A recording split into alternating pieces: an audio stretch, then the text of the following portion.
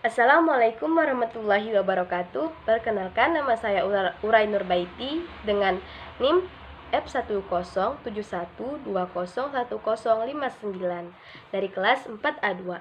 Di sini saya akan menjelaskan materi foto sebagai media pembelajaran. Adapun pengertian dari foto ialah salah satu media yang digunakan dalam kegiatan pengajaran dan amat dikenal dalam setiap kegiatan pembelajaran karena disebabkan oleh kesederhanaannya yang tanpa memerlukan perlengkapan dan tidak perlu diproyeksikan untuk mengamatinya.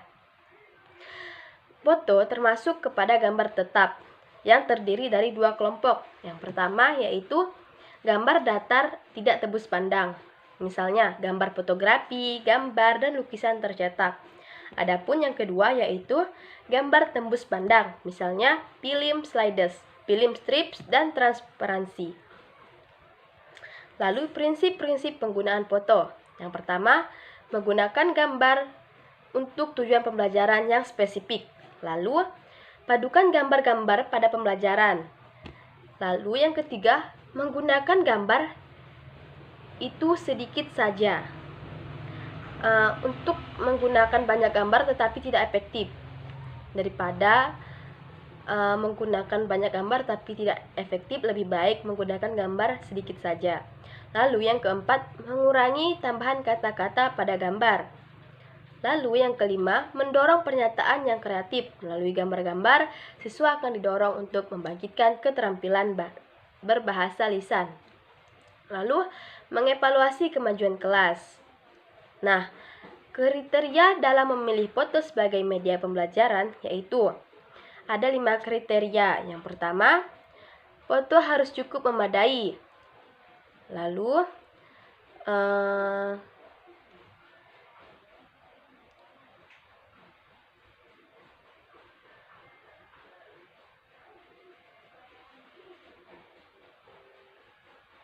kedua, foto harus memenuhi persyaratan artistik yang bermutu. Yang ketiga, foto untuk tujuan pengajaran harus cukup besar dan jelas. Lalu yang keempat, validitas gambar. Yang kelima, memikat perhatian peserta didik.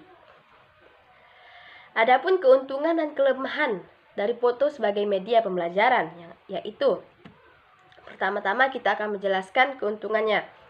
Yang pertama, mudah dimanfaatkan di dalam kegiatan belajar mengajar karena praktis tanpa memerlukan perlengkapan apa-apa. Lalu, harganya relatif lebih murah daripada jenis-jenis media pengajaran lainnya. Lalu, gambar juga bisa digunakan dalam banyak hal. Lalu yang keempat, gambar fotografi dapat menerjemahkan konsep atau gagasan yang abstrak.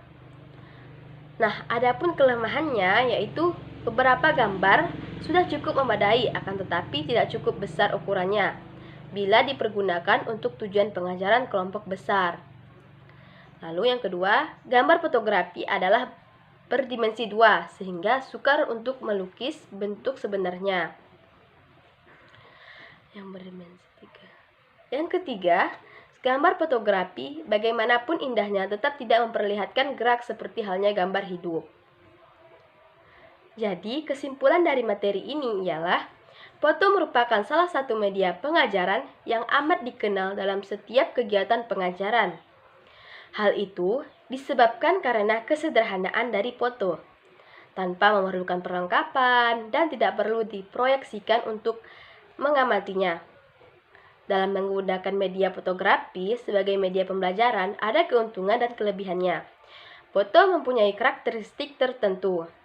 Setiap guru hendaknya mengetahui media pembelajaran mana yang dapat mencapai hasil paling baik dalam situasi pengajaran yang diharapkannya. Untuk itu, setiap guru harus mengenal secara tepat keuntungan serta kelemahan dari setiap media pembelajaran yang akan digunakan. Dalam memilih foto, ada 5 kriteria untuk tujuan pengajaran, yaitu harus tetap memadai untuk tujuan pengajaran, kualitas artistik, kejelasan dan ukuran yang cukup, serta validasi yang menarik. Sekian penjelasan pemaparan materi dari saya mengenai foto sebagai media pembelajaran. Kurang lebihnya saya mohon maaf. Saya akhiri, wabillahi taufiq wal hidayah. Wassalamualaikum warahmatullahi wabarakatuh. Dadah.